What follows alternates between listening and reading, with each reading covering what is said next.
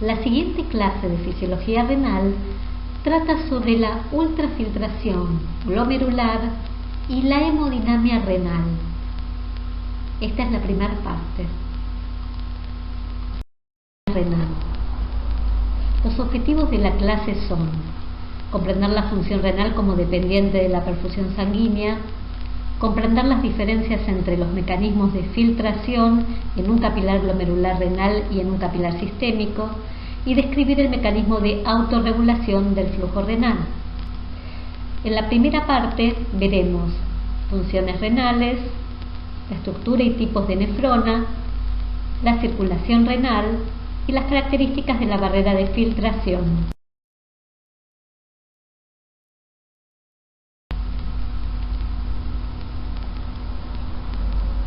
Los riñones cumplen funciones esenciales para el organismo, como la filtración y excreción de toxinas y productos de desecho metabólico y de sustancias extrañas como fármacos y sus metabolitos que pasan de la sangre a ser eliminados por la orina.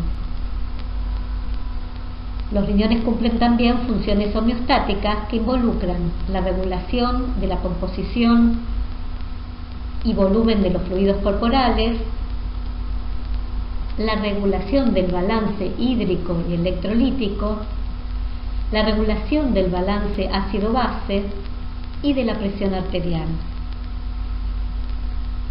Los riñones también producen y activan y o liberan hormonas involucradas en el metabolismo del calcio, como la vitamina D, la producción de glóbulos rojos, como la eritropoyetina, y la regulación de la presión arterial y el flujo sanguíneo, como la renina. Y también pueden sintetizar glucosa.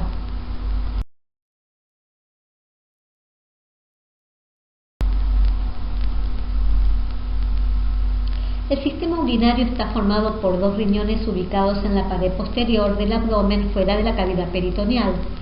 El uréter transporta la orina final desde el riñón hacia la vejiga, donde se almacena hasta que la misma se vacía en la micción. La cara medial de cada riñón contiene una región denominada ilio, por donde pasan la arteria renal, la vena renal, los linfáticos, la inervación renal, y también se encuentra la pelvis renal que vierte la orina al uréter. El riñón está cubierto por una cápsula fibrosa que lo protege. Cada riñón tiene alrededor de 1 millón de unidades funcionales denominadas nefrón o nefrona. Se puede observar que los riñones tienen una región externa o corteza y una región interna o médula. La médula se divide en pirámides renales, cuya base terminan en la papila y se proyectan en el espacio de la pelvis renal, que se continúa por el uréter. La pelvis se divide en cálices mayores que recogen la orina final de los túbulos, la cual pasa a los cálices mayores y de allí al uréter.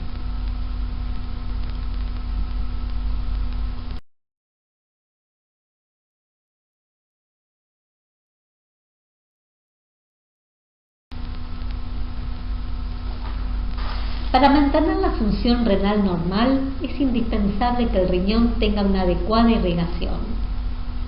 El flujo sanguíneo renal es de alrededor del 20% del gasto cardíaco, siendo su valor de alrededor de 1.200 mililitros por minuto. El flujo sanguíneo renal en la corteza es más alto con respecto al de la médula. Aproximadamente el 90-95% de la sangre que entra al riñón perfunde a los glomérulos superficiales y a la corteza. Solo un 5 a un 10% de la sangre perfunde a los glomérulos suxtamedulares y la médula. Como se ve en el esquema, la sangre entra al riñón a través de la arteria renal en el ilio. La arteria renal se ramifica y la sangre pasa a las arterias interlobulares, luego a las arterias arciformes o arcuatas, de ahí a las arterias interlobulillares o radiales y a las arteriolas aferentes. De las arteriolas aferentes, la sangre pasa a una red de capilares glomerulares en los glomérulos renales, donde se produce el filtrado glomerular.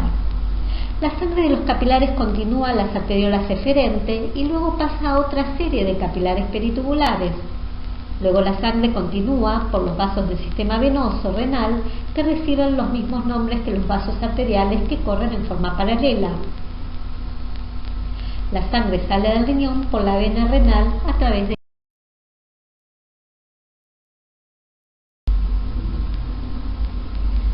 Entonces el riñón tiene dos lechos capilares dispuestos en serie, los capilares glomerulares y los capilares peritubulares, separados por las arteriolas eferentes. Las arteriolas aferentes y eferentes son vasos con alta resistencia que permiten regular la presión hidrostática de ambos lechos de capilares, de tal manera que los capilares glomerulares, al estar entre dos zonas de alta resistencia, pueden mantener una alta presión hidrostática que se mantiene constante a lo largo de todo el capilar y favorece una rápida filtración, mientras que los capilares peritubulares tienen una presión hidrostática menor, lo que va a favorecer la reabsorción del líquido.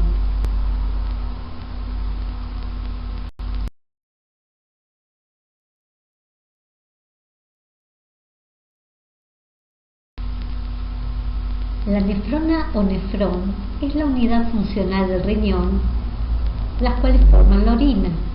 Cada nefrona tiene un glomérulo que contiene la red de capilares glomerulares donde se filtra una alta cantidad de plasma por día hacia la cápsula de Bowman. Ese líquido filtrado pasa hacia el túbulo contorneado proximal, luego a la parte recta del túbulo contorneado proximal que se encuentran en la corteza renal. Desde el túbulo proximal el líquido pasa al asa de Henle, formada por una rama descendente que llega a la médula renal y una rama ascendente delgada que se continúa con una porción gruesa. Al final de la misma hay un corto segmento que corresponde a la mácula densa y luego el líquido se continúa por el túbulo contorneado distal, el túbulo conector, y de ahí pasa al túbulo colector. Un grupo de nefronas vierten su contenido a un mismo conducto colector.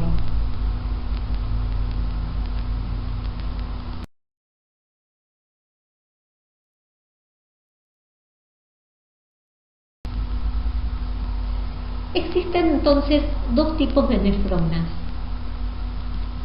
las superficiales o corticales, que constituyen el 85% de las nefronas y se caracterizan por tener asas de Henle cortas y sus arteriolas eferentes se continúan con los capilares peritubulares. El 15% de las nefronas son yuxtamedulares y poseen asas de Henle largas y sus arteriolas eferentes se continúan con capilares peritubulares especializados denominados vasos rectos o vasa recta que corren paralelos a las asas de Henle y llegan a la médula interna.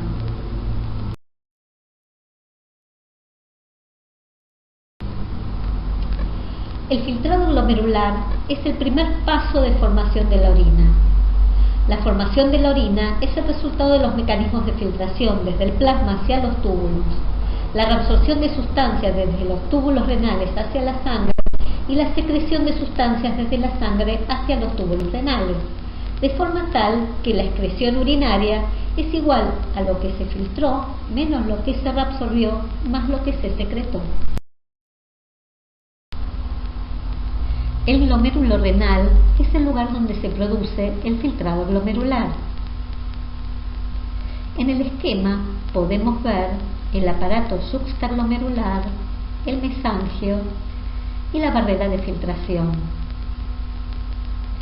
El glomérulo está recubierto por la cápsula de Bowman y dentro contiene al capilar glomerular. Y también se encuentran las células mesangiales intraglomerulares que son contráctiles y tienen función de soporte del capilar y sintetizan la matriz extracelular. El aparato yuxtaglomerular está formado por la mácula densa, las células granulares y las células mesangiales extraglomerulares. El aparato supraglomerular está implicado en la producción de renina por las células granulares y en la regulación del filtrado glomerular, como veremos más adelante. En el esquema de la derecha se ve en detalle la barrera de filtración.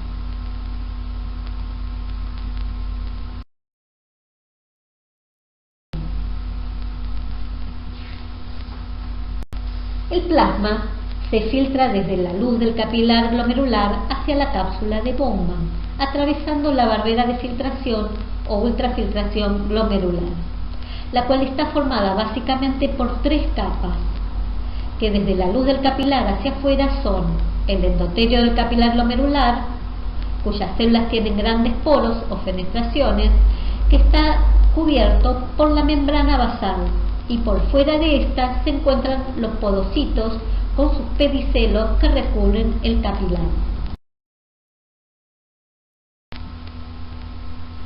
Los podocitos son células muy diferenciadas que no se dividen. Se pierden en forma progresiva e irreversible en el transcurso de una lesión glomerular y sintetizan la membrana basal. Entre sus pedicelos o prolongaciones se forma el diafragma o poro de filtración. Los poros son rectangulares y de aproximadamente 40 por 140 Armstrongs de sección transversal y 70 Armstrongs de sección longitudinal, siendo esta capa la que ofrece mayor restricción al pasaje de sustancias como por ejemplo de las proteínas plasmáticas. Además, toda la superficie de los podocitos y de la barrera de filtración están cargadas negativamente. Esto se debe a que su superficie está recubierta por una cialoproteína denominada podocalixina, que es polianiónica.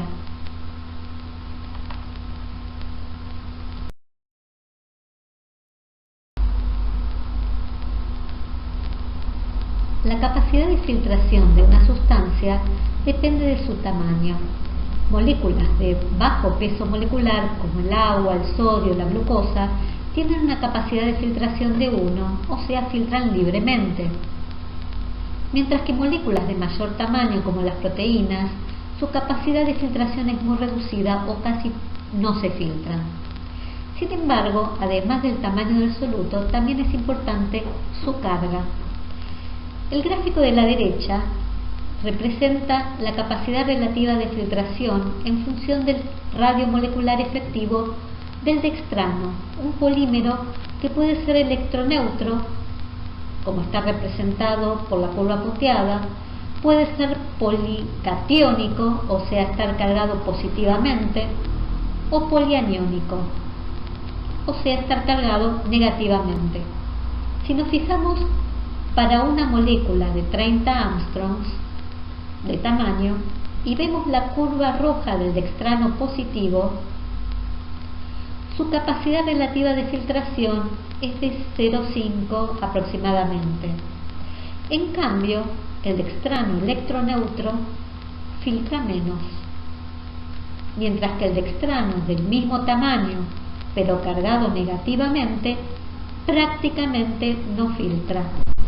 Esto se debe a que, como mencionamos anteriormente, la superficie de la barrera de filtración está cargada negativamente y por lo tanto partículas de tamaño entre 18 y 44 Armstrongs podrán atravesarla dependiendo de su carga, además de su tamaño. Las partículas cargadas negativamente serán repelidas por la superficie negativa de la barrera de filtración, mientras que las cargadas positivamente la atravesarán con menor dificultad. La estructura de la partícula también incide en su facilidad de pasaje. Entonces, partículas de soluto de tamaño menor a 18 Armstrongs podrán filtrar libremente independientemente de su carga.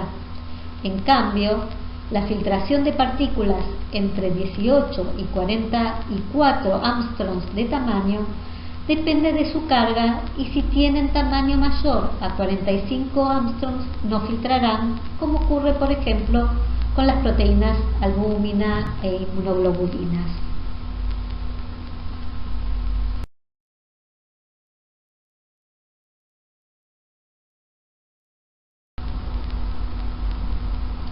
En resumen, podemos decir que la composición del ultrafiltrado es similar a la del plasma, pero casi no tiene proteínas. ¿Qué es lo que se filtra entonces? Se filtra el plasma a través de la barrera de filtración desde la luz del capilar glomerular hacia la cápsula de Bowman.